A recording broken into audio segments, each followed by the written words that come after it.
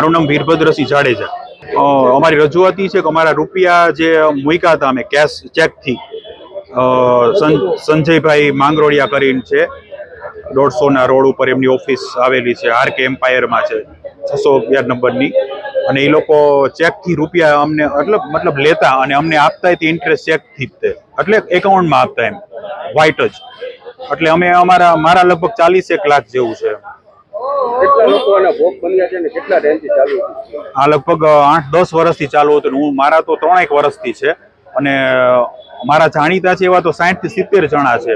હવે તમારી માંગણી શું છે? અમારી માંગણી તો અમારા મૂળ રકમ આવી જાય ને એની માંગણી છે.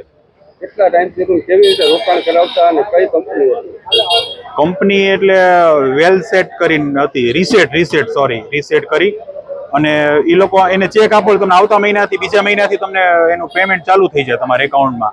કઈ રીતે આપને જે છે તે નફો આપતા હોય? નફો એટલે 5% કઈ રીતે ચાલુ હોય સ્કીમ એની? તમારે એને ચેક આપો, તમે ₹1 લાખનો ચેક આપો એટલે તમને ₹5000 દર મહિને આપે, તમારા એકાઉન્ટમાં જ પડે.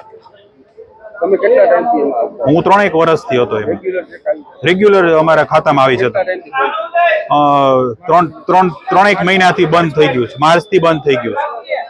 માર્ચમાં જ કંઈક ડખા થઈ ગયા હતા, લેટ થઈ ગયું હતું. પછી એને એવું કીધું હતું કે 1% ઓછો કરીને આપશું, તોય અમે ચાલુ રાખ્યું હતું. કે ખાસ તો હવે માંગણી શું? અમારી મૂળ રકમ આવી જાય ને એવી છે માંગણી અમારી.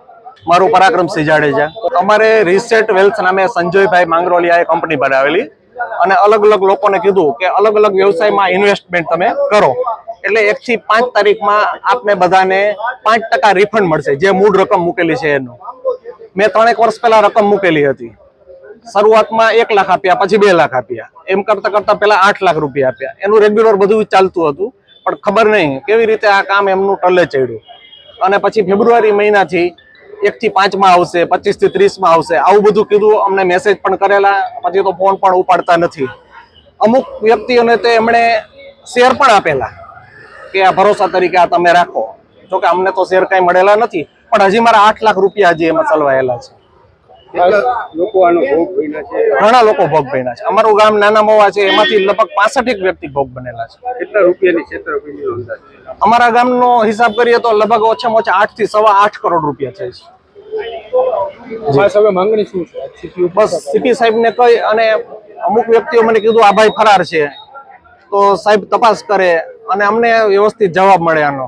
કારણ કે મહેનત કરીને બધું રૂપિયા બધું મૂડી ભેગું કરેલું છે અને આવી રીતે આ દુરુપયોગ થઈ ગયો. બધો પોન્જી સ્કીમ જ છે એવું ગણું.